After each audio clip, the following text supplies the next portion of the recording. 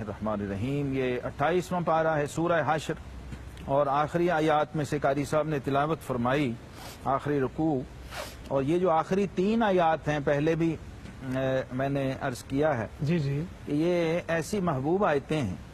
آخری 3 سورہ حشر کی جو آیات ہیں، یہ اعوذ باللہ السمیع العلیم من الشیطان الرجیم 3 بار پڑھ کے جی اگر یہ 3 آیات صبح شام پڑھ لی جائیں تو حضور صلی اللہ علیہ وسلم نے فرمایا 70,000 فرشتے اس شخص کی بخشش و مغفرت کی دعا کرتے رہتے ہیں، اللہ اور اکبر۔ اس دوران اگر وہ وفات پا جائے تو شہادت کی موت نصیب ہوگی۔ یہ ذرا آیات نمبر بتا دیجیے۔ سورہ الحشر، اس کی آخری 3 آیات ہیں، آیت نمبر 22، 23 اور 24۔ سبحان اللہ۔ هو اللہ الذی لا الہ الا ہو سے لے کر وَهُوَ العزیز الحکیم تک، اللہ اکبر۔ اور فرمایا یہی ہم اگر شام کو کر لیں مغرب کے بعد جی تو صبح تک 70,000 ملائکہ سبحان اس کی اللہ۔ بخشش و مغفرت کی دعا کرتے رہیں گے، اور اس دوران اگر وفات پا جائے تو شہیدوں میں اٹھایا جائے اللہ گا۔ اکبر۔ یہ ایسی شاندار، محبوب اور با کمال آیات ہیں جنہیں ہمیں اپنا معمول بنانا چاہیے، سبحان اللہ، ان بے سے شک۔ استفادہ کرنا چاہیے۔ پھر جو مضامین ہیں،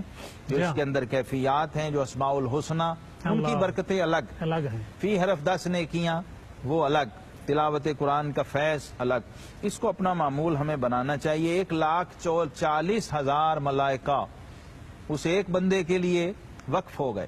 اللہ اکبر۔ دیکھیے آپ، کتنا بڑا اعزاز ہے، جا جا۔ اور یہ آقا کریم علیہ السلام کا فیضان ہے۔